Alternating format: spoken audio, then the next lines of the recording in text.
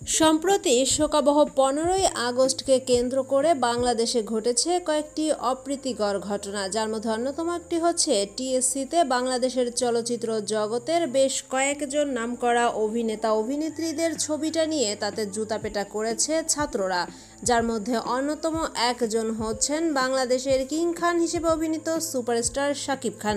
তার ছবিতেও জুতাপেটা করা হয়েছে, কিন্তু কেন? আসলে 15ই আগস্ট শোকাবহ দিনে শাকিব খান নিজের ফেসবুকে পোস্ট করেছিলেন বিনম্র শ্রদ্ধা লিখে, আর এ কারণেই অনেকের ক্ষোভের মুখে পড়ে যান জনপ্রিয় এই অভিনেতা। টিএসসিতে তার ছবিটা নিয়ে তাতে জুতাপেটা করা হয়, আর এতে করে শাকিব ভক্তদের মনে হতাশার সৃষ্টি হয়।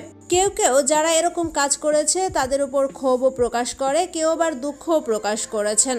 কেউ কেউ মনে করছেন 71কে মনে রেখে শাকিব খান শোকাবহ 15ই আগস্টের ঘটনার প্রতি বিনম্র শ্রদ্ধা জানিয়েছেন, কিন্তু কেউ কেউ আবার মনে করছেন রাজনীতিতে না জড়িয়েও সরল মনে দেশের একজন স্বনামধন্য বা মহামান্য নেতাকে স্মরণ করেছেন, এটাই শাকিব খানের দোষ হয়ে দাঁড়িয়েছে। কেউ কেউ মনে করছেন সরল মনে জাতির পিতা বঙ্গবন্ধুকে স্মরণ করায় এটাই তার কাল হয়ে দাঁড়িয়েছে অনেকের কাছে, আর তাই এ ধরনের অপমানের শিকার হতে হয়েছে তাকে। আপনাদের মতে শাকিব খানের সাথে যে ঘটনাটি ঘটেছে তা কতটা যৌক্তিক, বা আপনাদের মতামত কি? অবশ্যই আমাদের কমেন্টস করে জানাবেন। ভিডিওটি ভালো লাগলে অবশ্যই আমাদের চ্যানেলটি সাবস্ক্রাইব করবেন।